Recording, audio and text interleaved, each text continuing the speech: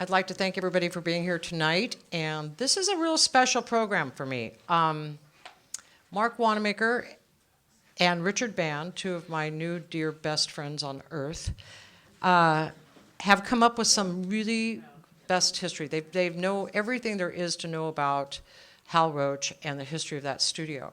And Hal was something and someone that was bigger than life for decades here. Just the dedication he did, Fort Roach, and so to me, this is like a really important night. Good evening. I've enjoyed the last 7 years. It's been a lot of fun, and I hope you've enjoyed the programs that we've put on. We tried to do something to keep your interest and keep you informed about what went on in this city over the past 100 or so years. Anyway, last weekend, my daughter and I had the opportunity to go back to Lone Pine, California, and June's daughter said, Lone Pine? I said, yeah, Lone Pine. They've got a gorgeous Western museum there. There's many, many films that have been made there. All the key Western actors have worked there in their career. And Marc is heavily involved with the Lone Pine people, and he invited us up, and we put on a program, Props and Motion Pictures. And it was well attended. We had a great time. That's what we did last week, and this is what we're going to do tonight. I'm going to get my friend Marc Wanamaker up here, and he's going to give you a wonderful program about Hal Roach. So, Hal Roach and I go way back, along with Richard Band. Some of you know Richard Band.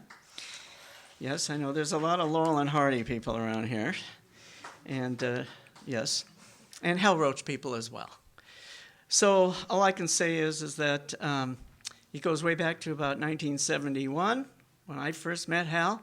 I was doing my encyclopedia on the history of the motion picture studios in the United States, which was, I think I bit off a little too much, would you think? I'm still doing it. Just figure that out. Of course, I was 5 years old in 1970. See, I know some of you don't believe it, but believe it, okay? So I got to meet him and interview him, and then Richard Band. I met Richard Band at that time. Richard Band was a film person who worked at Black Hawk Films in the East Coast and was very knowledgeable on films, and later I found out knowledgeable about Westerns. I was very knowledgeable about Westerns, too. I was a kid actor at Spin and Marty and all those things, right? So anyway, the point is that meeting Hal was like meeting someone within my own family. So in other words, I grew up in Hollywood. I'm a Hollywood kid. And here I meet Hal Roach. Now, at that time, he was about 50-something years old. But to me, he looked old. He was old because he goes back to 1914. Oh, my God. So many a time, after I started to research Hal Roach Studios, I became an expert in that. And, of course, it's so in-depth, Hal Roach Studios. How do you like this shot of Hal? Wow. So anyway, Dick and I used to go to UCLA, USC, other places where Hal Roach was invited. They had film retrospectives, different things, Cinecons and all this stuff going on. And we used to sit on the panel, after the films, and people ask questions of Hal. So then somebody would ask a question about something about Our Gang, because Leonard Maltin and Richard Band wrote that book, Our Gang, which is a great book. And then they would ask a question about, Mr. Roach, didn't you make your films downtown Los Angeles? See, I am also a Los Angeles, Southern California historian, besides being film historian. So my specialty now, all these years now, is real history and film history and how it intertwines, right? So where did Hal Roach work? So they say, well, I worked in some old mansion downtown. And then he would look at me. Marc, tell them. I say, well, there was an old mansion called the Bradbury Mansion, the Bradbury family, or the Bradbury Building downtown LA, one of the pioneers of Los Angeles on Bunker Hill. Well, by 1913, it was transformed into a movie studio because the Bradbury family had moved away. And there's this great, wonderful, imposing Victorian mansion right on Bunker Hill, and that's where Hal Roach started his company, Roland Film Company. We're going to get to that in a minute. But all the people would look at Dick and I and go, these 20-somethings, they know more than Hal Roach? It was strange. That is bizarre, isn't it? So anyway, over the years, I collected material. I'm not a collector, but I worked in all the research libraries at the studios in the 80s and 90s. I was a flea marketer. I was a dumpster diver. I drove all over the country researching in archives the history of the studios in Southern California. And I urge you to get my book, which is called Early Poverty Row Studios, which basically is the whole history of the film industry in Los Angeles in a little Arcadia book. So I urge you to get it because it covers every part of LA, Southern California. What I'm going to show you, it's going to be like a family slideshow. You're going to get behind the scenes look at everything from 1914 to 1963 and later that you haven't seen before. It's not in hardly any of the books. A lot of these pictures from the location departments around at all the studios, stuff I found here and there, family members, Randy Skretvedt, who did one of the most important books, of course, on Laurel and Hardy, and on Harold Lloyd. I know Sue Lloyd, of course. I know the Lloyds. I've been to the house. I met Harold Lloyd. I mean, I'm immersed in this. Hit the second one. Okay, here we go. Now, this is fun. For many, many years, people ask Hal Roach, how did you get started? Where did you come from? Well, Elmira, New York, blah, blah, blah. But he ended up coming to California, like many of these young people did in about 1912, 1913, and to be an actor or find their way in Hollywood. And the rumor went that Hal used to say, he says, well, I went to for a job being a cowboy at Universal Studios in 1912. And that's when Universal moved from Hollywood, Sunset and Vine. They had a little studio there during the merger of all the little independent companies which created Universal in 1912. And they rented a ranch called the Providencia Rancho. They called it the Oak Crest Ranch, as it was called. And this is now Forest Lawn, Hollywood Hills. Okay? So where you see there, Forest Lawn, my parents are buried in Mount Sinai. That's right there. So when I did the eulogy for my parents, everybody's moping around, at the funeral. And I said, well, my father would like you to know that right down there was the making of The Birth of a Nation, the Gettysburg scenes of D.W. Griffith. And they went, what? That broke the ice, didn't it? So anyway, that's where Hal Roach went, and he met Harold Lloyd there. So then the next thing Hal Roach said, I think we were cavalry soldiers on horseback, because Hal knew how to ride, but that was it. Well, guess what? I found a panorama shot taken in early 1913 of the whole back lot at the Providencia Rancho.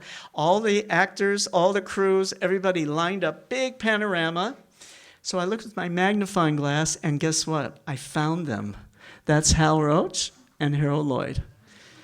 Oh my God. I brought this over to Hal. He almost had a fit. Where did you get this? I got it somewhere. An original panorama, by the way, of Universal, that was collected by an old cameraman. Because, I interviewed everybody for all these years. Now, some of you might remember, and I urge you to find it. It's called the Hollywood series, Kevin Brownlow. It was done in 1985, I think. It's a 13-hour history of the film industry in the early days of the silent era. I think it's available. You can get it on eBay or maybe YouTube. I don't know where. But you must see Hollywood, the Pioneers, the series.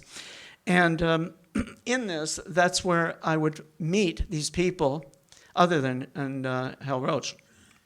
And they would give me things. Oh, one of them, I'll just give one taste of it, was, what's her name now? God damn it, it just went out of my head. But she was a young actress. It'll come to me at Universal. She was a cowgirl, and she played Indians. Oh, darn, it'll come to me. But anyway, Kevin Brownlow had me go and interview her. Anne. I'll think of it. And I interviewed her, and part of my job was to see what photo albums she had and to copy them. In those days, we didn't scan them. I had to shoot them with a negative. And she said, I don't know. I don't have it. Do you know that 20, 30 years later, it came up among some memorabilia dealer, through Hollywood Heritage, we were buying the Hollywoodland collection, you know, of all the pictures and everything, Hollywoodland. And the guy said, "You're interested in silent films?" "Yeah." "Well, I have this little photo album here from this woman who was in the films. And here it is." And that was her album. Somebody stole it from her. Who knows when? But see, it's not fate. I mean, it is fate. What am I talking about? It's no accident that I would end up with it. And that's just one out of a million things. So this is one of them. Next. Now, in Hal Roach and Harold Lloyd decided they're going to make their own films, and they had to study how to do this. They didn't really know how to do this. And I didn't put it in the show because it would take too long, but Hal Roach went up to the S&A Film Company in Chicago to learn how to direct films, which he did. Harold Lloyd went off and did some other things, and eventually they came back, 1914 period, and decided that, oh yeah, that's right, Hal inherited $4,000, $3,000 or $4,000, I forgot exactly. That's a lot of money. And he decided to help fund, and he found a guy named Dan Linthicum who helped fund it as well, and they needed a kind of a bookkeeper or whatever. Yeah, Dwight Whiting, okay. Yeah, I did this on purpose because I might forget some things, but you can see it. Next. Now, what they did was, remember I told you about the Bradbury building was already a studio. It was purchased by a guy named Crosby, who, not Bing Crosby, but a guy named Crosby who was with one of the early film companies. I forgot which one he was with. And he was a studio manager and knew how to build stages and put equipment and everything. So he rented the famous Bradbury Mansion. Look at this. Look at that. Look at this ad here. The hysterical landmark, they called it. Why? That's where the beginnings of Hal Roach were. Next. And there it is, as the Roland Film Company. This is very important for Los Angeles historians, the Bradbury Building, as we all know, and of course the Bradbury Mansion on Bunker Hill, which is long gone. Now, unfortunately, this mansion was demolished in 1932 when they started already clearing Bunker Hill, that early. Why did they have to remove it? I don't know. Do you know that this is where the judges used to go up court flight from the LA City municipal courts and have lunch there in this place? It was a private club for judges. And by 1929, a director who I can't remember right now did a horror film there. No, a ghostly film in the building. And he gave me pictures of him actually filming there in 1929. I'll think of his name later, too. I can't think of everything right away, but anyway, next. Thank you. So eventually, as you can see here, they put together a group of people, and B.B. Daniels was their first big star here, and that's Harold Lloyd as Willie Work. That was one of the first characters that he devised, but that's Snub Pollard, and of course, there's Hal right there in shirt sleeves, because he's the director, he's the producer, he's the studio manager, he's everything. And this is an incredible original shot that was found a few years ago. I mean, this is one of my holy grails. That's Dwight Whiting right there. Next. So these are shots that, I forgot where I got these, but maybe from Randy Scretvet, I don't remember. But these are rare shots of B.B. Daniels here, Snub Pollard, and Harold, and in his Willie Work outfit, which did not work. Okay, they made a bunch of films. Hal Roach made a deal with Pathé to fund everything. Pathé funded everybody, including Thomas Ince and Cecil B. DeMille and just about everybody. And Pathé of France, of course, Pathé America did a lot of it. Next. Look at that one. They are actually by the wall, by the Bradbury Mansion. And it says on the big sign there, Roland Films. Isn't that interesting? These are snapshots. These have hardly been seen. I think maybe Randy has it in his book. I don't remember. Do you know? I can't remember. But, I mean, you don't see this. This is family stuff we're looking at. Next. And by the way, I think he's wearing my shirt. I just noticed that. Huh. And, of course, BB was just loved. Now, let me tell you about BB, because BB has to do with the Bison Film Company, which I named my archives after. BB Daniels her mother was a cowgirl, and a few of the other cowgirls with the Bison Film Company, which was the second film company to come to California in 1909. And it was headed by Princess Redwing and James Young Deere, the first Native American actors in films. It was their film company, formed by the New York Motion Picture Film Company, who later also formed Keystone. And you see how incestuous this all is? This is really incestuous. So anyway, Bebe Daniels grew up from a little kid at Bison, which I did not put a picture in tonight. That's another slideshow. And everybody loved her, and Hal thought she was the best leading actor, and that's why he's hugging her to death there. Next. Now, I wanted to put in a couple scenes to show you what kinds of things they were doing there at the Bradbury Mansion. That's Bebe, of course, right here, and there's Harold right there. And these are fake painted sets, and they got props here. Yes, props they got from the large prop companies that were in downtown LA, because we had about 12 to 14 legitimate theaters in Los Angeles. Did you know that? From the 1870s, 80s, and 90s into the turn of the century, we had some of the greatest theaters in Los Angeles, totally forgotten.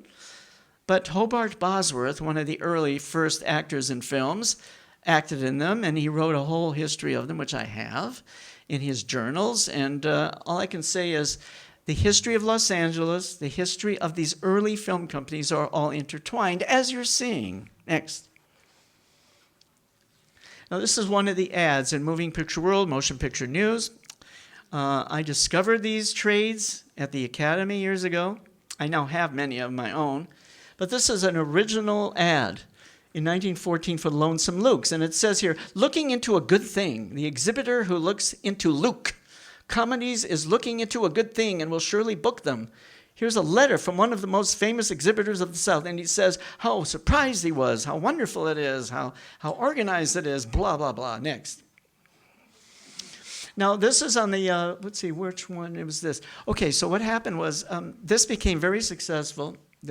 Believe it or not, this, look, he's wearing my shirt. There's no question about it. These films were okay, but not quite great. But Pathé was very pleased with it. So they decided to start a couple other units, and they went to another studio, the Norbig studio in Edendale, which is where the Selig studio was and the Bison studio.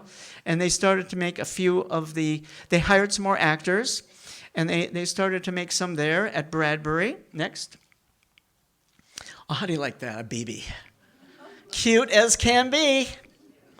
I love the nautical look. Don't you love her? You have to. She married Ben Lyon in later years, and she was been in DeMille films, and she had a long career. They went to England right before the war and got caught there and stayed there and helped the war effort. And the couple, Ben Lyon, you have to look him up. He's a terrific actor, and they made a great couple. It's one of those Hollywood couples that did not disintegrate. Next. Now look at this. This is a Holy Grail shot. You're looking at a Holy Grail. Nobody's ever seen this shot. It's at the Bradbury Mansion when the Pathé executives came to visit. And you can tell who the Pathé executives are, of course, here. There's Hal Roach there. There is Stan Laurel, who they hired at the time. There is Bebe is in there somewhere. Let's see, who else is in there? Who? Wait, where is she? Oh, right here. I forgot his name. Who is that? You know. Yeah, Bud Jameson. See, there's people here that know I can't do it all. So you jump right in there. Okay, next. Now look at this. They were making more films. So in the meantime, they needed another studio. So this is already 1916. 2 years already they've been doing this. So they found this studio. You can see where it is, Santa Monica and Van Ness. That was called the Pacific Studio and Laboratories, which is now a public storage or something there now. But I tried to save this studio in the 90s, and the land was worth too much. But a lot of stuff happened at this studio. Lots of film companies were here. There were lots of Poverty Row companies, which I mentioned in my book. But this is, again, Holy Grail, one-of-a-kind shot showing Roland painted on the building. Wow. I mean, when I found this, it was like, again, Holy Grail time. Next. Now, finally, they needed to consolidate their productions. It's costing them too much, renting the 3 studios in Bradbury Mansion and the studio in Edendale and the Norbig studio and this one. So at the time, this is 1919 already, so the Thomas Ince studio was already established here. The Triangle studio was in Culver City. Harry Culver was trying to get people to come here and build studios. So, of course, Hal Roach heard about all this. He knew the people because Henry Lehrman of the Fox Sunshine Comedies knew Hal and ran all the comedies for Fox. So he said, come out here. I have a studio in Culver City. You can build next to me at National and Washington Boulevard. So this is the corner of, this is Washington here. National is over here somewhere. And this is the first construction shot anybody's ever seen of the studio. It was the Roland Studio, of course, at this time in Culver City. Next. Now these are showing in 1919. It's showing you here their comedies. And Sunshine Sammy is mentioned here. You can see him there. See, he has billing down here. And I'm going to talk about Sunshine Sammy because this is the beginning, the idea for having our gang. Sunshine Sammy was this little tiny kid and who was extremely talented. And not only that, they called him Sunshine Sammy. Why? Because his personality, everyone loves him, this kid. And on film, they love it. You know, they love him in person, but he transforms this onto the screen. And we're going to talk about him a little bit more next. Now, this is one of these early shots to show you how they made these films. And there's Hal Roach here, Harold there with his foot on this guy's head, Snub Pollard there, B.B. Daniels here, and H. Pathé Lehrman of Culver City luring Hal Roach to Culver City in one shot. How do you like that for a pretty good shot, right? Next. So finally, this is the Lehrman studio here, and this is the new Roland Studios in Culver City. Come on, guy. Right here, there's Washington Boulevard. That's it. That's the railroad tracks there today. The MTA is right there, right? And National is right nearby, and we'll get to it. But this is one of the earliest shots, 1920. Okay, next. This is the other way around by 1921. You can see the tracks right in the foreground here. And that's the Lehrman studio. It's still there. Roscoe Fatty Arbuckle also worked there for a short time. Next. No, they were railroad. But now they are MTA, of course. Now, when they were downtown, even later, for many years, everybody worked downtown to do their stunts. This is one of the most famous shots ever, another Holy Grail shot. Hal Roach here on the left, Snub Pollard there, Harold Lloyd, and BB. And this is over the Hill Street Tunnel.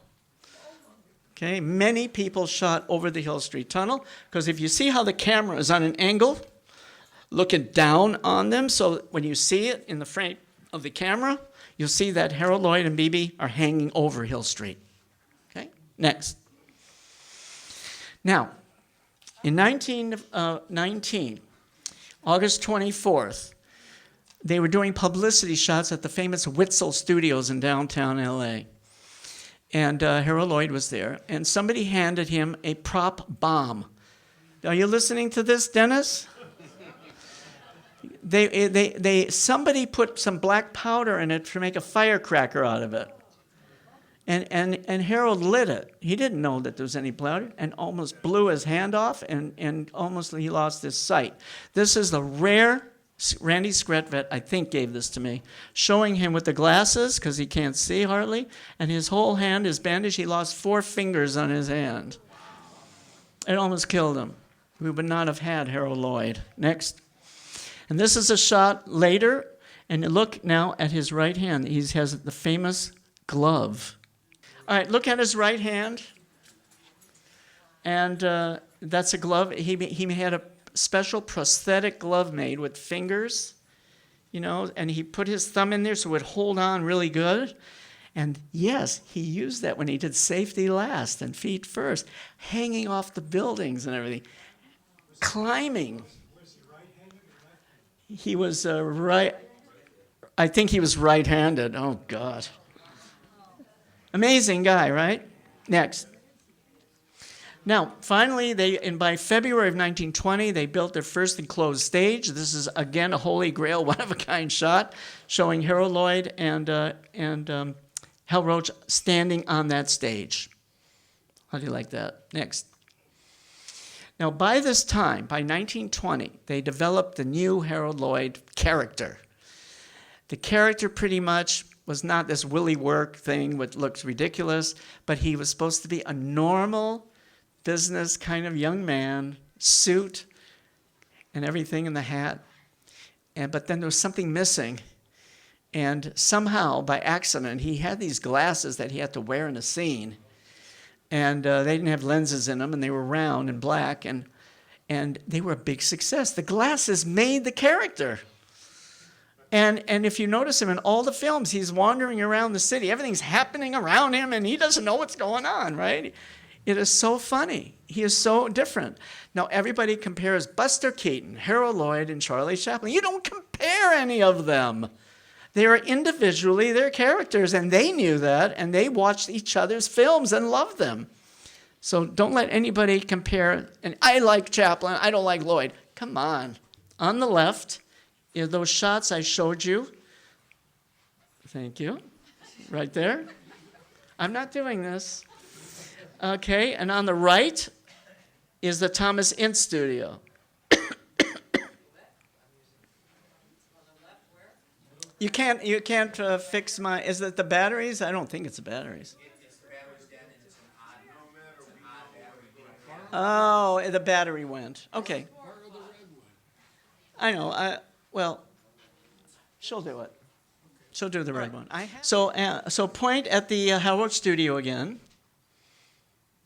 No, that's Thomas Ince. Yeah, that's Hal Roach, right? And that's the Thomas Ince Studio.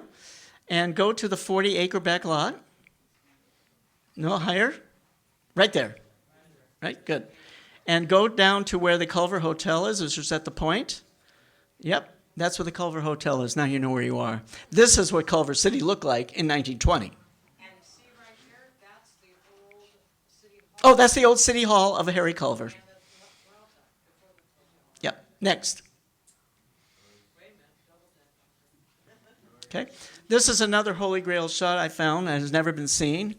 And this was a publicity shot showing Hal Roach and his staff as early as 1921. Who's there? H.M. Beanie Walker. He was the title writer. Oh, thanks. Sam Taylor. He was the scenario writer.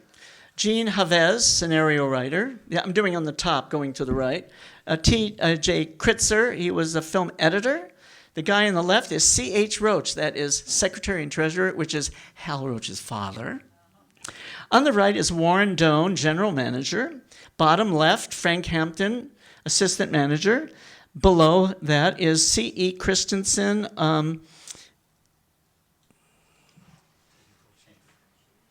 Technical Chief, and E.V. Morris, Chief Electrician. Next. Now, this is that stage that I showed you the inside of, and that is hollow tile brick there. And what is hollow tile? Hollow tile was a new discovery in the 20s, in which it's a tile.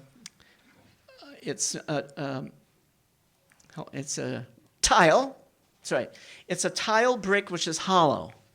So when you build a building, you make concrete or whatever, or wood, and you put the hollow tile all on the skin of it, and it's air conditioned. In other words, it keeps the building cool or warm or whatever it is. And I remember during the earthquake, the Hollywood Athletic Club, a whole bunch of them cracked on the tower. And I knew the guy who owned it. I ran over there. Your tiles are cracked. The building's going to fall down. He says, no, I learned. I didn't understand. It's a solid reinforced concrete building with a hollow tile on the skin. Okay, next. And this is the early back lot, 1923. So all the studios, what they did was, you see a lot of hollow tile everywhere. So what they did was they built their facilities, like their editing departments, wardrobes and laboratory, whatever it is, but they put facades on them. Why? They could use it as a back lot. All the studios did this. It was a common practice to save money. Next. Look at these shots. These are Holy Grail shots. Why? Because I found in a restaurant in Venice, the Ore House. In the staircase going up the Ore House was a giant frame picture, which I'm going to show you, with all these shots in it. And they let me buy it. It was the only one I've ever seen, ever. All original shots in the frame. And they for like $200 or something. You know, they understood the history. Next. Next. Look at that. Right? Next. See, they had these shops, you know, everything they needed. Remember all the Laurel and Hardys and whatever? You'll see these buildings flashing around. Next. There it is. Look at that. How do you like that? The Western Town, top left. And the other buildings I just showed you, the back of the administration building, the front of the administration building, their powerhouse on number 10 on the bottom left, direct current voltage, Westinghouse, giant generators. I tried myself to save these at the studios. Only Fox kept 2 of them. Paramount dumped theirs. They are Smithsonian, you know, importance, but studios don't care about that too much. Next. Look at this great shot. Wow, I love to make a giant blow-up of this shot. And there is Sunshine Sammy right there. Let's see if this still works. Yeah, look at that. There you go. It works as it generates a little bit. And the Our Gang series came out. Now, this is what Hal told me how this all started. He already had signed Sunshine Sammy, who was already with several. He was with Vitagraph. He was with a couple other companies. I looked up his early credits, go way back. And he was the cutest kid in the whole world. But get this. So Hal was in his office at the studio, and his window overlooked Washington Boulevard where the tracks come down right there. And there was a, you know, they crossed Washington. There was like a, you know, a place there for the lighting, you know, for the lights to go and to stop and all this, the waggers. And there were a bunch of kids from the neighborhood playing with their sticks, you know, like stickball and whatever. And they were sword fighting with their sticks. And he saw that and he thought, oh my God, what an idea. I will have normal kids comedies. Great idea. He went down there. He had sent somebody down to talk to the kids. What else do you do besides sword fight? And they said, we go to the La Bayona Creek, we jump in there, we do this, we do that, right? This was the idea. So he decided to start Sunshine Sammy as the top bill of these kids at first. Next, which is this. This is really early shot, by the way. Okay, we'll get back to them. We'll get back. I just want to show you the beginnings, early Charlie Chase and Snub Pollard. Okay, this is Charlie Chase right there in Snub Pollard. Of course, you know Snub anywhere with that dumb mustache of his. Next. Look at that. This is from a glass negative I found of 1920, showing you the early studio and the Learman studio. And look at the empty land. And La Bayona Creek is over there where those trees are up there. Yeah, that's it. There's La Bayona Creek. And La Bayona Creek is really important to the history of Los Angeles. It's at one of the tributaries of the LA River and blah, blah, blah. Next. And part of the Lugo Rancho. Now, the Lugo Rancho, we don't have Julie Lugo Serra here anymore, unfortunately. But she is with me. She's right here on my shoulder. But the Lugo Mansion, Lugo Ranchos, they had 3. One which is now Bell, California. They had a Lugo Rancho house there.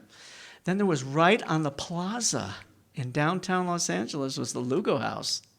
And out here in Culver City was a Lugo Rancho as well. They were big. Of course, remember, all these rancho, they owned like 20, 30, 40, 50,000 acres, you know, everywhere during the rancho days. Now look at the postcards. Now, many of you have seen these postcards. This is a really early one, 1923.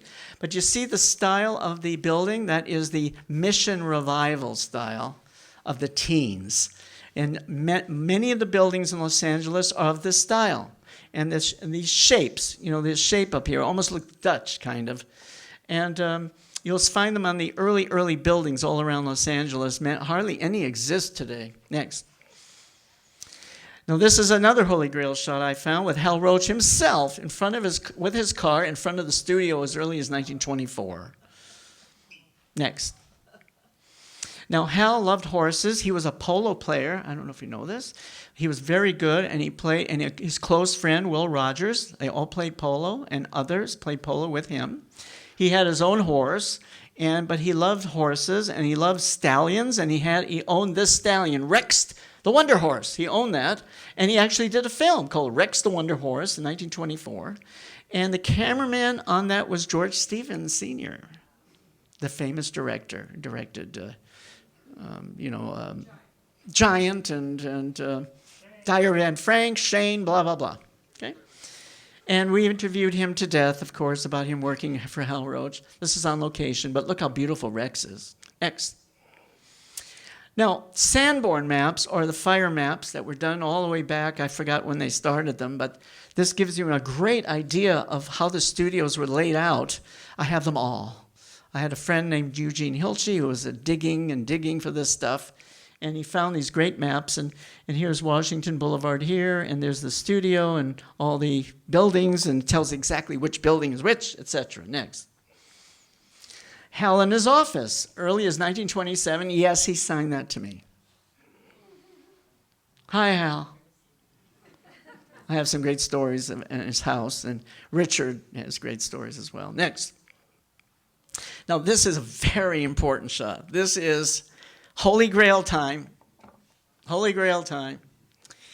This is, you can read it up here, 1921. Hal Roach signs Ernest Morrison Jr., that's Sunshine Sammy, to a contract for his own film series with father Ernie Morrison Sr. proudly witnessing he's the first black child star ever.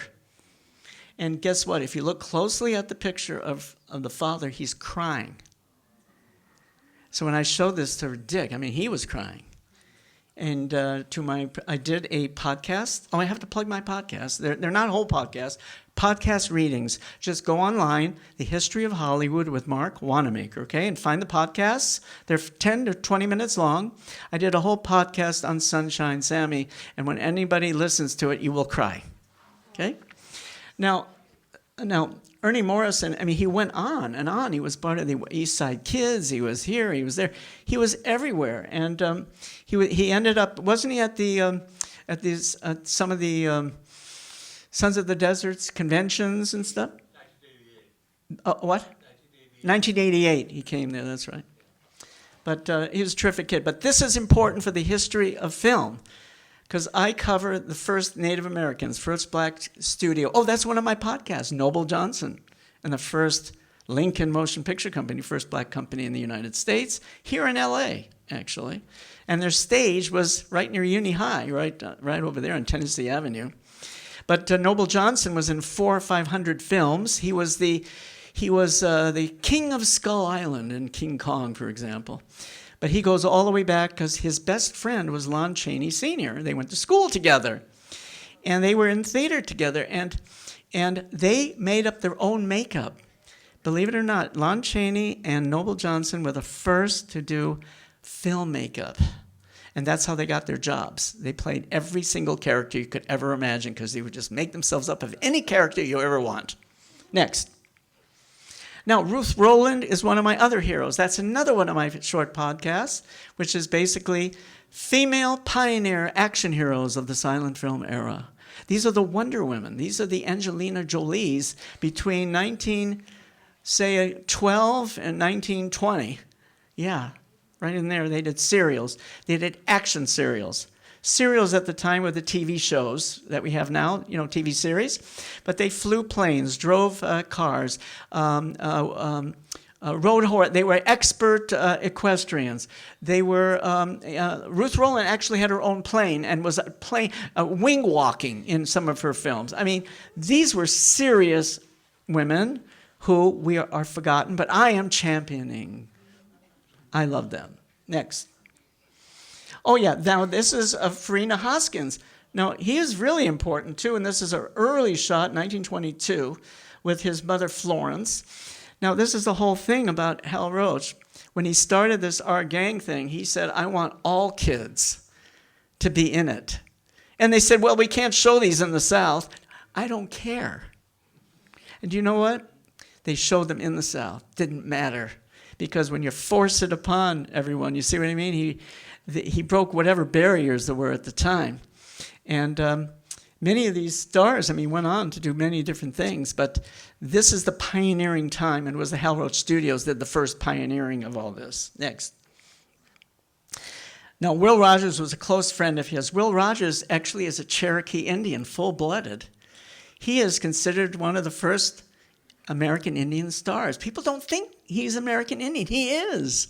So I have a friend that did a whole book on forgotten Native Americans in films, and he's like the top of the list was Will Rogers. And that's Snub Pollard. That's Stan Laurel, of course. That's on the back lot. Now, Will Rogers worked for the Hal Roach, Goldwyn Company, and then later Fox. And of course, he was killed in the plane crash. Untimely was 1935, wasn't it? Right? That was traumatic for the country. That's Hal Roach's office. Hal Roach, as a young man, he went and hunted. He was in Alaska. He rode horses. He did all up until when he was about 22 years old. Can you imagine? So this is his place. That's his polar bear that he probably shot. Now, look, in those days, they went hunting. Not now, but anyway. But look at history. This was a mogul. He wanted to be a movie mogul, and he was his own movie mogul. Next. Now, this is a great behind-the-scenes shot showing our gang. And there's Cobb, and there's Petey, and Weezer. What's her name? No, not Darla. Mary, and this other girl, which had strange hair. And not Darla. Jean Darling, thank you. Darling, listen to the name. Next. This isn't working. This battery is dead. Okay, well, I wrote it all down. Here, go. Roach Our Gang, Up and Down is the name of the film. Mickey Daniels, Robert McGowan, director. Mary Kornman, who was the daughter of Kornman. What was he again? He was in props, was he? I think he was a prop man. Dennis. And but she was the cutest of all the girls there. There she is, right there. And well, I wrote it all down. There it is. Scooter Lowry, Jackie Condon, Joe Cobb, J.R. Smith. Okay, next. Now this is out at the Roach Ranch. Where is the Roach Ranch? Well, the Roach Ranch is off of Robertson Boulevard, right near Monte Mar. That whole area there, which is all developed, I have aerial shots. Nothing was there except this ranch and a couple other ranches. And Roach kept his horses there, his menagerie of animals.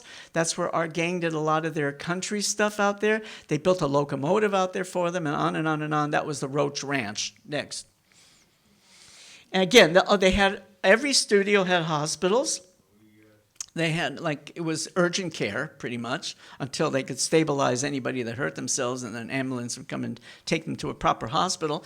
But it was the law, remember, that the kids had to be schooled, even that early, and even have health checks and all this. Well, this is, again, a rare shot. And Richard knows who the two nurses are. That's the kind of information he's got.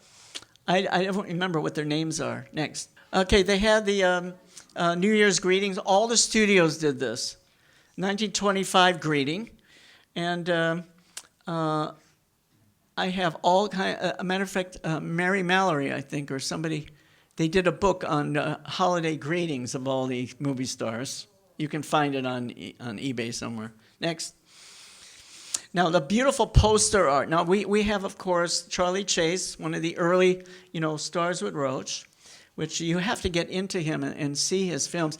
He was also that kind of a gentlemanly guy that just couldn't get it right, and everything goes wrong around him. Very funny. God, was he funny.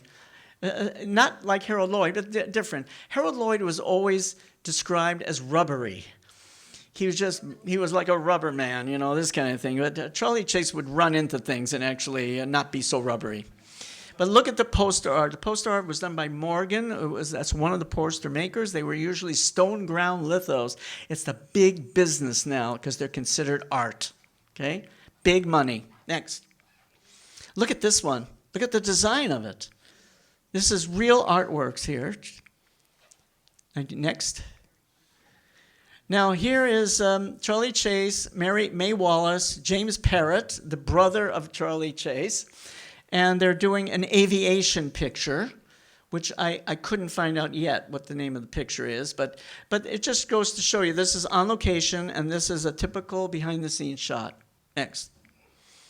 The studio, again, 27. Next. Now, of course, as you all know, Main Street and Washington Boulevard were all used as the film locations of Culver City. We have friends now that are doing like, they take a bit of the film, and then Bungo does this, and he goes there today and he superimposes the old film on top of the new one of the still of how it looks today. It is so much fun to see. But they use it everywhere, and this is right on Main Street. You can recognize there, there's the hardware store and the stationers. But this is the famous one where they all meet right in the middle. Okay. Leave them laughing, of course. Next. Oh, there's the barn at the ranch. That's the barn at the Roach Ranch, and those are his horses. Those are his personal horses. He would.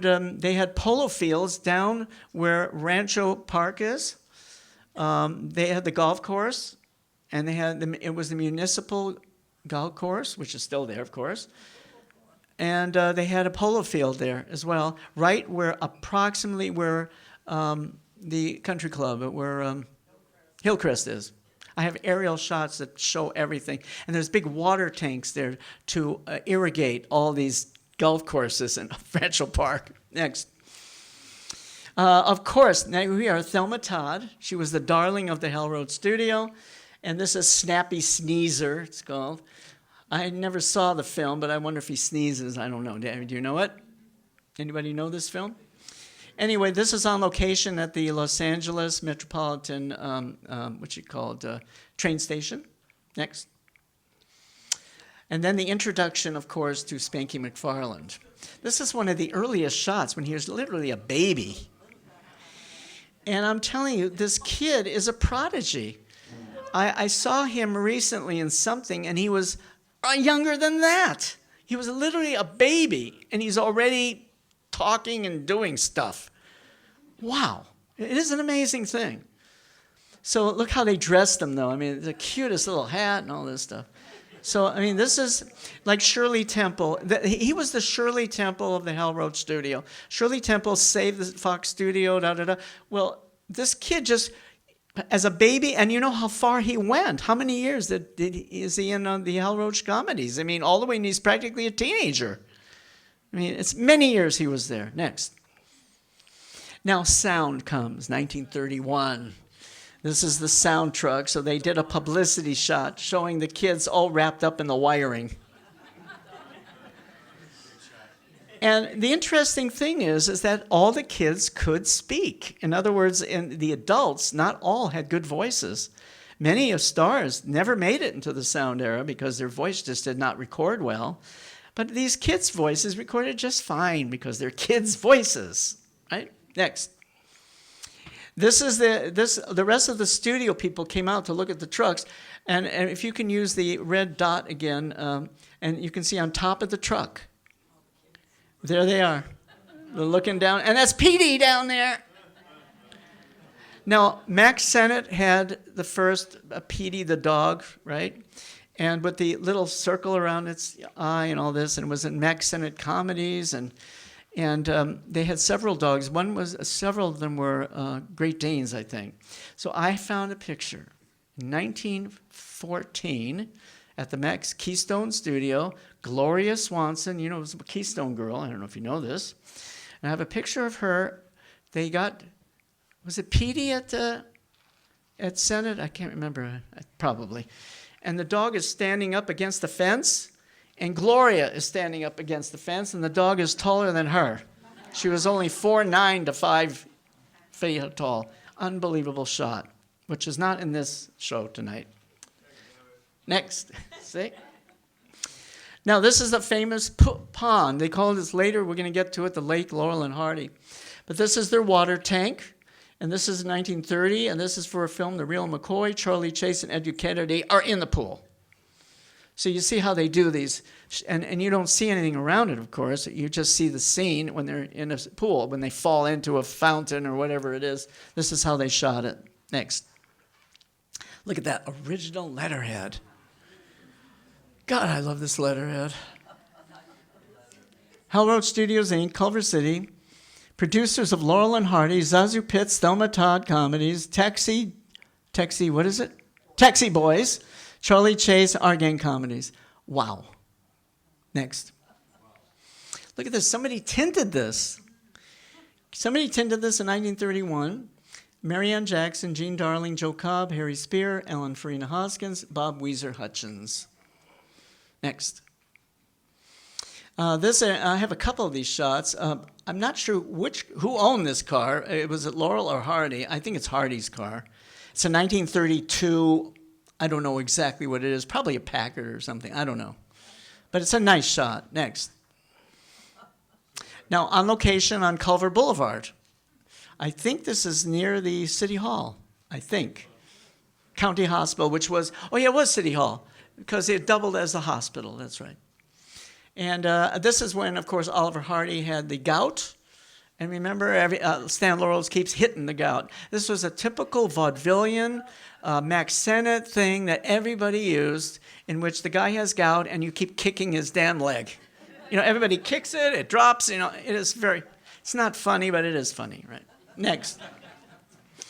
Oh, there's the car. There's the car. In front of the studio. 1932, whatever it is. Do you have any cars experts here? I'm a car expert, and I don't recognize it. Yes.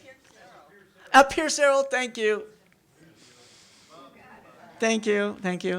Now, I'll write that down later. Next. Now, I thought you should see this. The special effects, all the studios employed. This is the rear projection. It says Roy Del Ruth, Patsy Kelly, and Thelma Todd. Beauty and the Bus. I love that. 1933. But you see they have a projection screen there. They have a big projector on the other side. So it goes through. They had teams went out to all over the area and shot street scenes, and so you can put them behind the bus, behind the cars and all this. They still do that now. But they're on a double-decker bus in this particular thing. I love these shots. And Bison Archives, which has everything. Oh, yeah, just check out Bison Archives, just bisonarchives.com, and you can see what I've been doing all these years, collecting this kind of material. I taught this at 5 years at UCLA Extension years ago, and all what you're seeing now, I taught and talked about everything about sound and lighting and the rear projection, special effects, but how it was done in the early days. Matte shots, glass shots, hanging shots, blah, blah, blah. Next. Isn't that a great shot of Zazu Pitts and Thelma Todd together? And I love Zazu Pitts. Everybody loves Zazu Pitts. She was, what she was like? Deer in the headlights. Look at her eyes.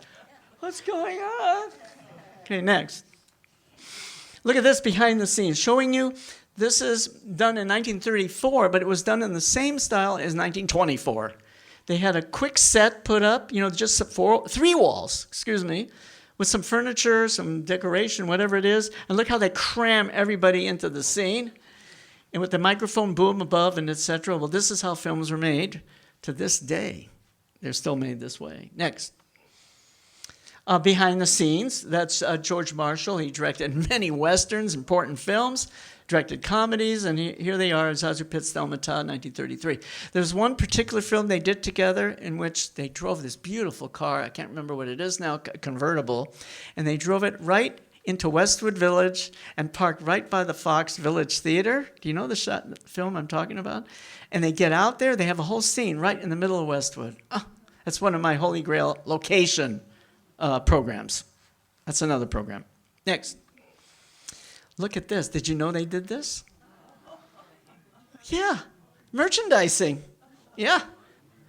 I don't know the date, but Spanky is there. Not Marianne. What's the other one? The third girl. It's Mary. It is Mary? Okay, and Mickey Daniels, and Farina. And a chicken and a dog. Next. That's a collector's item. Now, this is 1935. They had 21 years already, 1914 to 1935. I mean, wow. So it says here, Hal Roach quality. Hats off to Hal Roach. This is his 21st year as short comedy leader. He has stayed on top because he believes that the quality and star value are as important to short subjects as to features. Hal Roach never hesitated when others wavered. His career and on and on. In the whole industry, the only great studio devoted entirely to short comedy. And of course, they put Stan Laurel and Oliver Hardy as the leads. Next. There it is in 1936. There's the administration building in the bottom, the tracks on the left, which is where the metro is, and the sound stages at the time, of course, and then all the back lot, which doubled as New York streets and different city streets, and all the facilities behind, set construction, everything, all contained on this one little lot. Next. And that's what it looks like on the ground level. So just remember all these films you saw with Laurel and Hardy, Harold Lloyd, Charlie Chase, and on and on and on. When they weren't on the real streets of L.A., they were here. Next. Topper, my favorite film, one of my favorite films. And of course, I am in love with Constance Bennett, always have been. But she's long dead, so I have no hope. So anyway, and she was real tiny too, like Gloria Swanson, Mary Pickford, and Bessie Love. They were all like 4'9" to 5'1". And this is interesting. If you think about Gloria Swanson, she's like 5 foot, right? And in Sunset Boulevard, I don't have the quote exactly, but remember William Holden says to her, "You're Norma Desmond. You were big." And she says, "Yeah, I was big.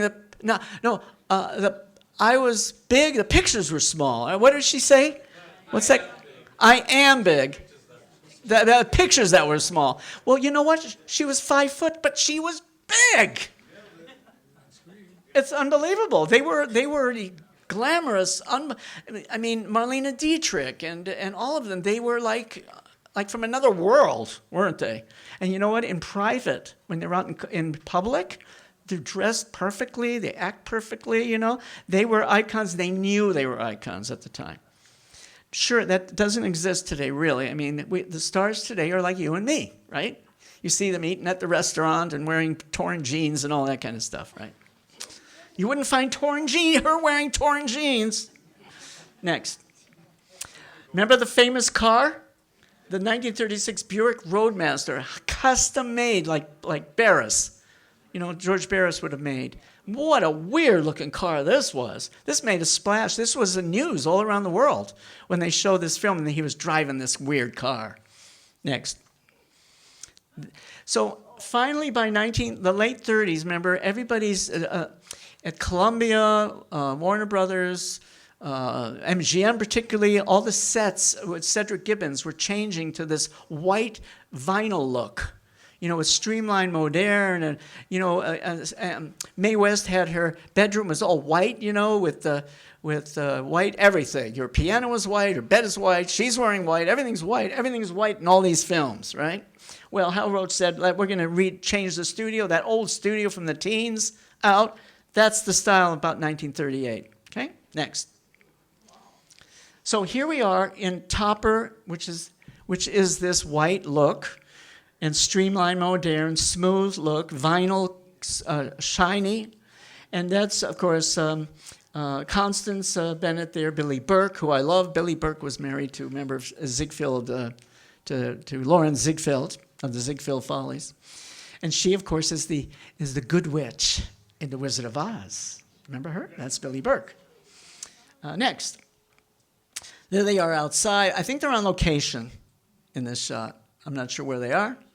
But they used to troop all the actors out like this and take publicity shots. They're all holding their arms, you know, all this stuff. Next. And there, of course, Constance Bennett with her friend. And this is Merrily We Live, 1938. Next. Okay. This is just, I don't know what they're doing, who's there, but it shows you on that back lot. I just showed you how the camera is done. You know, it's on a boom here. How the lighting is done on platforms, et cetera, et cetera. Next. Look at this shot. Isn't that great? That's Wesley Street. I remember Richard said, I want to go down Wesley Street. That's where the studio ended. Where this street ends at the studio. We went there, and his house is there now. But look what was there. I mean, this was a compact studio. Very compact. Very Poverty Row studio. Next. Now, in 1927, Hal Roach sold the distribution rights to MGM for many of his films, because he was interested in doing features, westerns, all kinds of stuff, action things. And that's when our gang went over to MGM. And this is already 1938. 10 years later, they're still at MGM. And here they are looking at an MGM script, because if you look right on the script, there's the MGM logo right there. And so here they are in later years. And they were stars in their own. I have pictures of them in downtown LA at the Broadway or May Company or something in the shoe department, and all our gang were down there. Thousands of kids were there, and they were trying on the shoes as a promotion. They were important. Next. This is a Chump of Oxford. This is a rare shot. I mean, some guy was looking for this shot. There's the two stand-ins right here. Yeah, right there. And Laurel and Hardy on the far right. But this is an incredible shot. Nobody's ever seen this shot. Again, Holy Grail. And who the two guys are, you have to ask Richard. Do you know them? Yeah, Hardy is Cy Slocum and Stan is Pam Kinsey. Okay, Hardy is Sly Slocum. Cy Slocum and Hamilton Kinsey. Hamilton Kinsley? Kinsey, yeah. Kinsey. Hamilton Kinsey is Laurel. See, I have help. Next. Now, finally, by 1942, the war is just starting, and Jack Warner has been promoted to be a general or whatever he was, and to form a motion picture units. The motion picture units were twofold. Or threefold. They were to make feature films, propaganda films for the war. Okay, one of them is All Through the Night, with Humphrey Bogart, all about a Nazi cell in New York and how all the gangsters of New York thwart their plans. It is funnier than hell. I love it. And then they formed another unit which would do training films, which I'm going to show you a little bit of, and another unit to do like more newsreel. In other words, to train cameramen like a D-Day. Remember, you see, how did we have the footage of D-Day? Those guys were there. Many of them were killed. So they trained them how not to get killed. You know what to do. So those are the threefold things. This was the on-picture, logo. First motion picture unit, Army Air Forces. There was no American Air Force yet. Next. Now, this is what the lot looked like. Now, they were going to use the Vitagraph studio in East Hollywood, which is today the Prospect Studio. It was ABC TV Center for many years. That didn't work out. It was in bad shape by 1942. They were thinking of somewhere else. Warner Brothers was too busy doing the propaganda film, so Jack Warner's one of his captains heard about the Hal Roach Studio, that would be it was in perfect condition. And Hal told me that they came to him and said, we'd like to requisition your studio. But wait a minute, I'm in the middle of production. What do you mean you're going to take my studio? You have to do it for the cause. So they made a deal in which he can still make some films there at the same time when they were doing it. And it was difficult. Hal said this broke him. I mean, this was going to be difficult. He's not going to recoup from this. Anyway, so next shot. So they built these buildings there, for offices and, other things which were not there before. Next. This was there. This was the construction shop, the mill building in 1941. Next. This was the laboratory building and a few other buildings for different facilities that they needed. Next. I forgot which building this was. I think that's the camera building, editing. Next.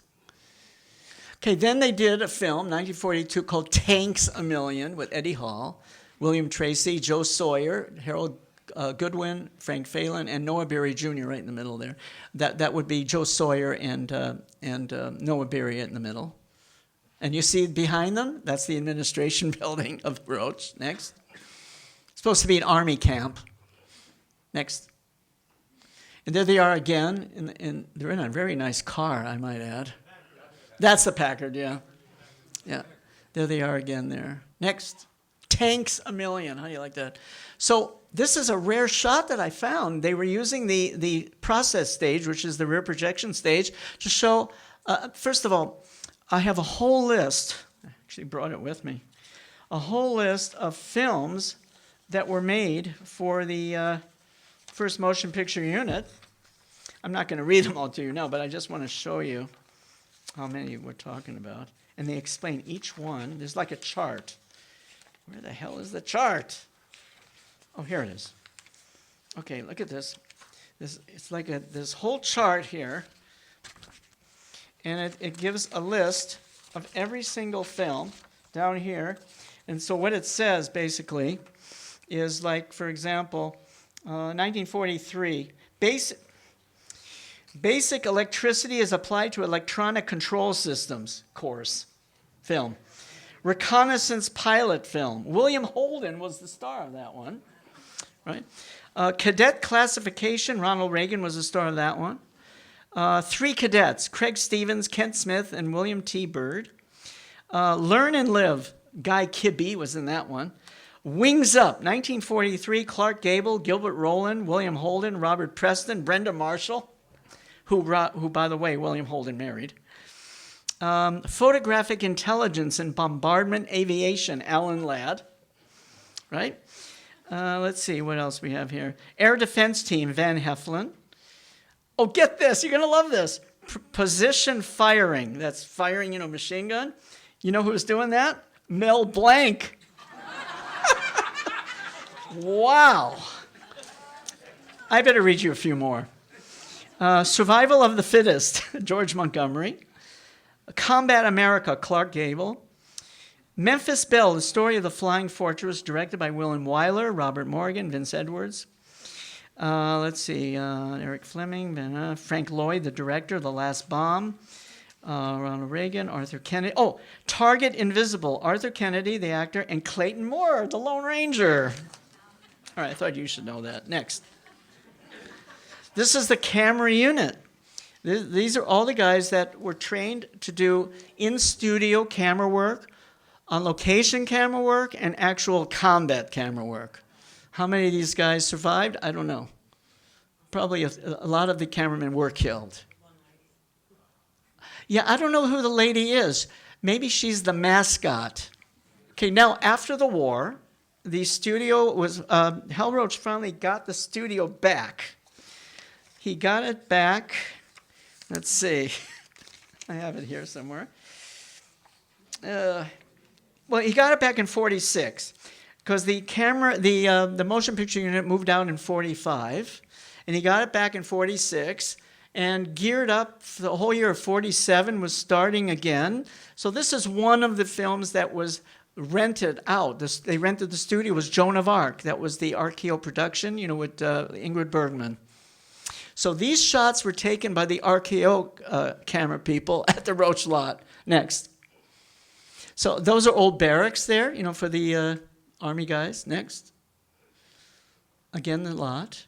And you see, I wrote up there everything you need to know. Hal Roach Studio leased Joan of Arc, 1948, directed Victor Fleming, starring Ingrid Bergman, French religious icon, war heroine. It was produced by Walter Wanger for RKO. Next. They used the back lot here. They shot what was there. It was fixed up by then. They were fixing up these fronts there for the new films. Remember, they were worn out from the 20s to the 30s. Next. These are, again, rare shots. Unfortunately, a lot of these shots, I didn't get these shots, what I'm going to tell you. But during the auction at the studio, when it was bankrupt and they were closing it down, they had salvagers come in. They got all the rolling stock. They got all the camera equipment, whatever they could, salvagers. I knew one of the families that came here to get all the stuff. And I forgot their name, but they're in Santa Paula. They're all crazy. I'll tell you that now. So they stored a lot of stuff at the Santa Paula airport. They own planes, they own everything. But they're crazy guys, I'm telling you, nuts. I can't remember their name right now, but their father was the salvaging company who salvaged Warner Brothers stuff. They salvaged all the studios things. So guess what? They took a lot of this stuff and put it in a hangar in Santa Paula, and Richard and I went there 15 years ago to ask them if we could see it. We want it. So he opened up the door, and it was all a mess in there. And so I could see a box down there of glass negatives, so I picked it up. They were glass negatives of the Hal Roach trucks from the 20s. I wanted that, and he wouldn't sell it to me because they're crazy. So for years, I was pushing them. Can I see it? Can we get it? Can we do this? I'm with the Culver City Historical Society. I tried everything. And nothing ever happened. One of them died and this and that. And it's just, we've lost touch. I wonder if that stuff's still out there. Hal Roach Studios is still out in Fillmore in that hangar there. Steve McQueen had his plane right next door to this hangar. And luckily I got to know somebody that knew him after he died, of course. And I got to be in his house there, and I went shooting at his shooting range behind there. But I always had my mind on the Hal Roach stuff in the hangar. Next. Yeah, there we go. Okay, more. Let's see how they fixed all the sets up beautifully by 1948. Next. More. Next. They went and shot the shops, too. Next. Oh, this is interesting. This is the one of the artists for Joan of Arc. And what he's doing, he's painting matte paintings and paintings that they can use and photograph, because in Joan of Arc, takes place in the Middle Ages and, in France, so they're not going to go there particularly. So they're going to make a lot of art, CG, as they do now, except it's hand-painted CG. He's hand-painting this French background. On the right is a cathedral background. And you can see a little bit, you can see point that out. See the cathedral painting on the right. Okay, now below it is black. You know what they do? They put the live action in the black. So when it comes out on the film, you see a giant cathedral and you see the live action, but you don't have a giant cathedral. That's what that is. It's called it's a matte painting, but it's also called something else. Glass shot, thank you. Glass shot. Next. The little mini scoring stage they had there, they could put a mini orchestra, quartet, piano, etc. The other studios had large scoring stages with full orchestras. They didn't have that kind of size.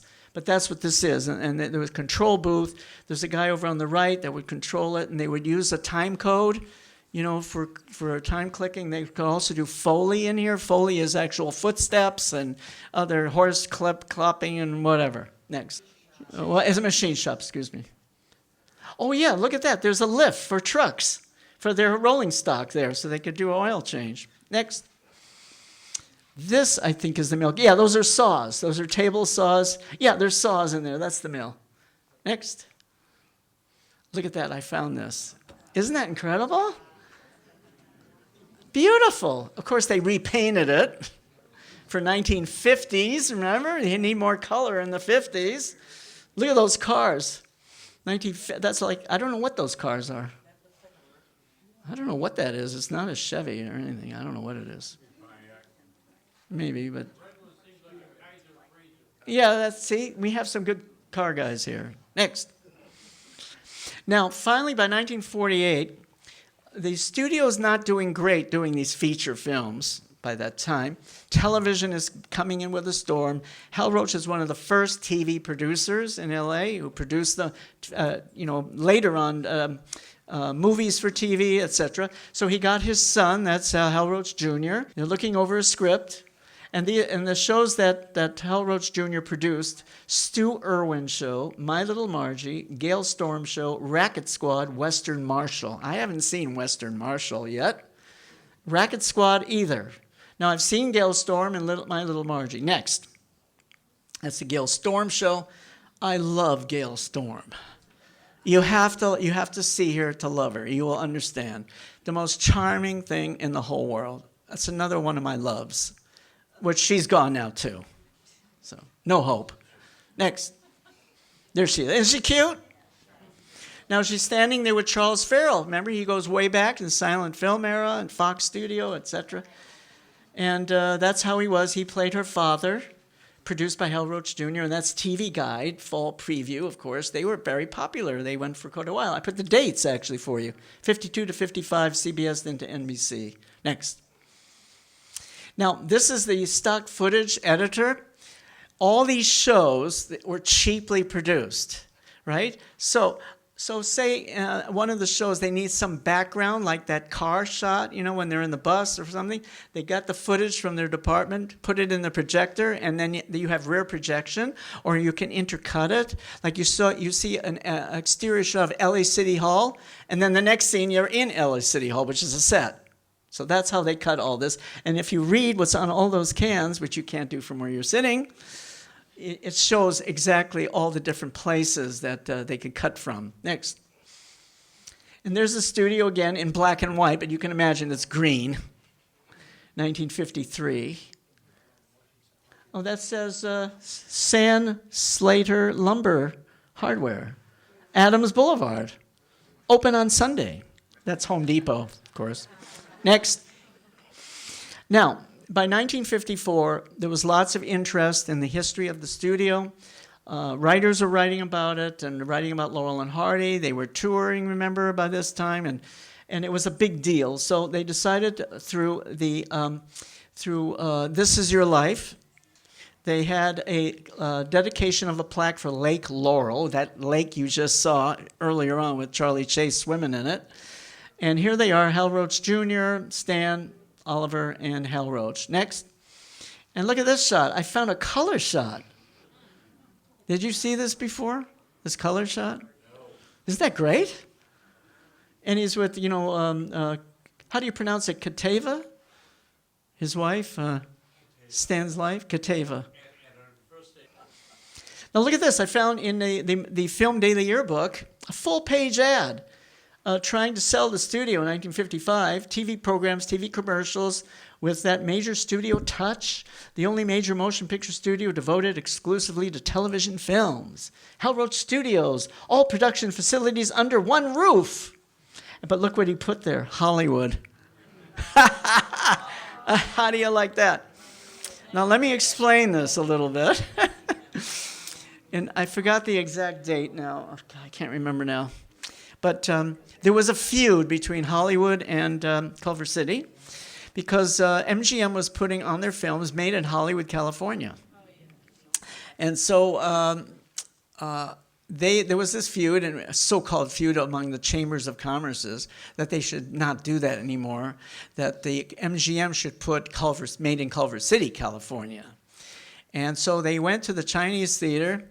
At the time, which studio was making, one of these, I forgot picture with Ed Selznick studio. Prisoner of Zenda, thank you. See, she's read my books.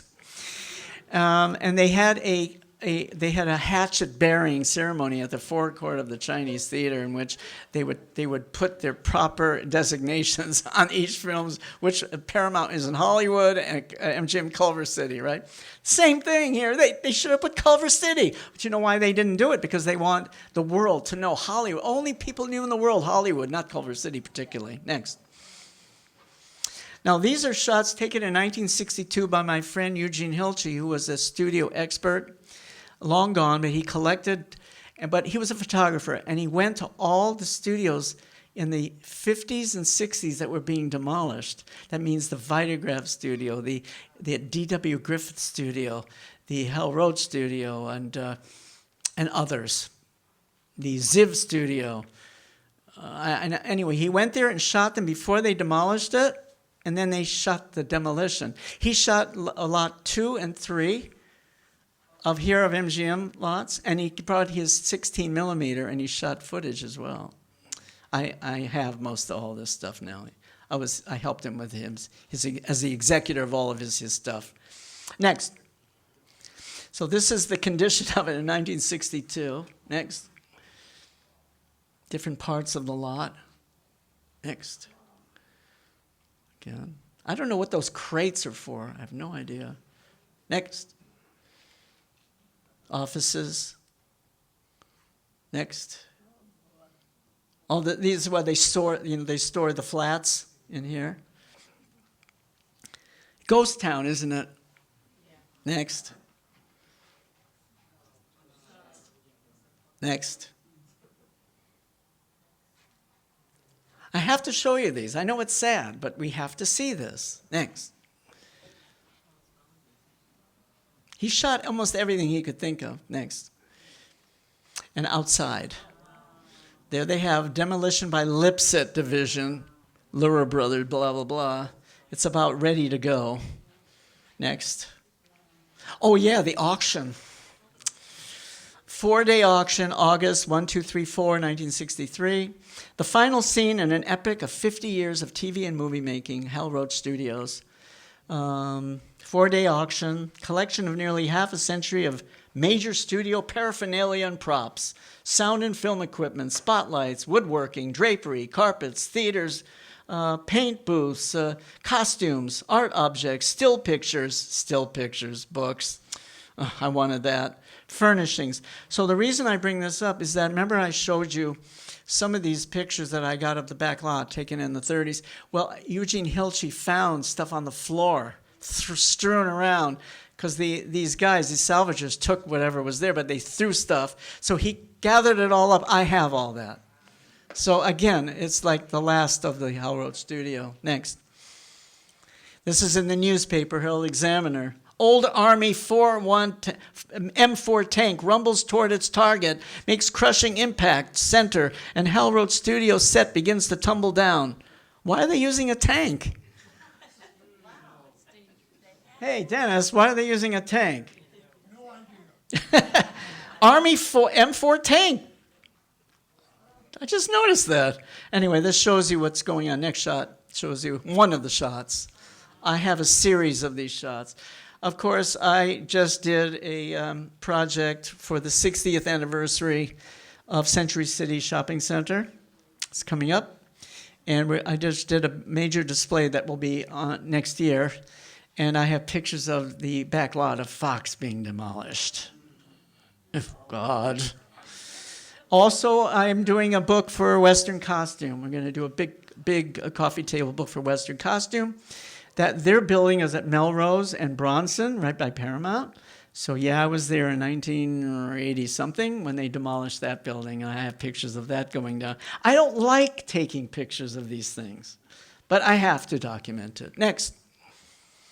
Now, we finally, in August 1980, the Historical Society, we placed the plaque right at National. And what do you call that little pocket park, anyway? Oh, Sons of the Desert did this one, right? That's Hal, if you're wondering, right there. Okay, it's a garden there. The fig ficus tree, which was a tiny sprout, is now this giant monster. Next. There's the plaque. See, they had to embed it, seriously embed it in cement. Why? Did you know that Culver City has lost about 14 bronze plaques to thieves? Oh, no, I know. I'm with everyone. Everybody's lost plaques. And it's a big pain to redo them. Luckily, I took pictures of many of them, and others did, so we know what they look like at least. So guess what? They're coming up with some sort of a metal that's not worth anything, but will, survive. And they're going to have to redo them and put the cheap metal one on. I mean, it's cheap metal, but it'll last a long time. But one crazy thing in New York, I'm bi-coastal, so I deal with all the studios in New York and New Jersey, of course. We just opened a new studio in Fort Lee, New Jersey, called the Barrymore Film Center, is where all the studios were there first before they came here. And that's where Alice Guy Blaché, Studio, Solax, Universal, Fox, Goldwyn, Vitagraph, all of them were in Fort Lee. So all of them are gone. They burned down or fell down. So we have beautiful stanchions now where they used to stand. So on there is a picture of the building and a history of each studio. You go on your own tour. and see what was there. And we have a theater there, we have programs there. And I also did the Astoria Museum in Astoria, Long Island, which is the history of filmmaking in New York and the whole area there. So all of that came here. So you see what I mean? It's all connected in one way or another, the real history and film history. Next. Do you remember that? Okay. And there's Richard Band right there. Ooh, it just disappeared. That's it, that's him right there. So anyway, I supplied the picture for the artist. What do you want to say? I gotta sit far right. I think I see myself. Oh, I know you're in there, but I can't point to you. I don't know. But anyway, of course, the parking structure is there now. So I urge you all to walk into the alley and take a look at it. Yeah, so, I mean, I pointed out to everyone, you know, you can see it from the parking structure, sort of. If you go and look down, you can see the whole thing. Next. Now this is the last one. I want to explain this. I had the privilege of selling to the Museum of the Moving Image in London, England, the original Laurel and Hardy hats that were the first ones worn in their film, which film was that? It was, this is the history I wrote about the bowler hats. Anyway, the reason I got them is that a family member in the East Coast, New York, said my grandfather had these two hats, and we don't know what to do with them. And we're Laurel and Hardy. I couldn't care less who that was. So I said, well, I'd be interested in selling them, you know, for a museum. But I did put the word out to the Laurel and Hardy groups, international. Nobody would buy them. They were expensive, but they wouldn't buy them. So it came with the original letter on the letterhead by Wee Mary. God, I remembered her name. Wee Mary was the head of the costume department at the studio. So this is in 1938, I think it is. A theater in New York wanted to have a live exhibit of one of the Laurel and Hardy features that were being shown, and they wanted something live for the publicity. So they wrote the letter to Hal Roach, and Hal Roach told them to get it from Wee Mary, and Wee Mary packaged them up with the picture and the letter and sent it to them. They put it on exhibition, and it never came back. So finally, it comes to Marc. So it's unfortunately the Museum of the Moving Image closed in London. That goes to show you what interest the Victoria and Albert Museum has in film history. Couldn't care less. Also, I sold to them the original dummy double of Frankenstein that was used in The Bride of Frankenstein. It's a complete suit and outfit, 12 feet tall, whatever it is, with the life mask of Boris Karloff. And you know, nobody wanted it. I tried to sell it at different auctions. Nobody wanted it except the museum in London. Nobody wanted it. That's worth $1 million. But nobody wanted it at that time, of course. So anyway, about the Laurel and Hardy, I put it at the end of this program to show you that there's still stuff floating around out there in Fillmore. Eventually, we're going to get this back. I'm with the Academy Museum and I'm trying to get them. We're going to try to get Frankenstein back. Oh, guess what? I found out. I'm officially with the LA County Museum. With the photo, they hired me. Not hired me. They brought me in as a historical researcher relating to the motion picture collections that the LA County Museum has, which is fantastic. And guess what? I found the paperwork that the Frankenstein monster was part of the Academy's collection. And before, around the time of about 1946, 48, the makeup man, Jack Pierce, gave it to them, and the letter and everything. They loaned it to the LA County Museum for an exhibition in New York, and that never came back.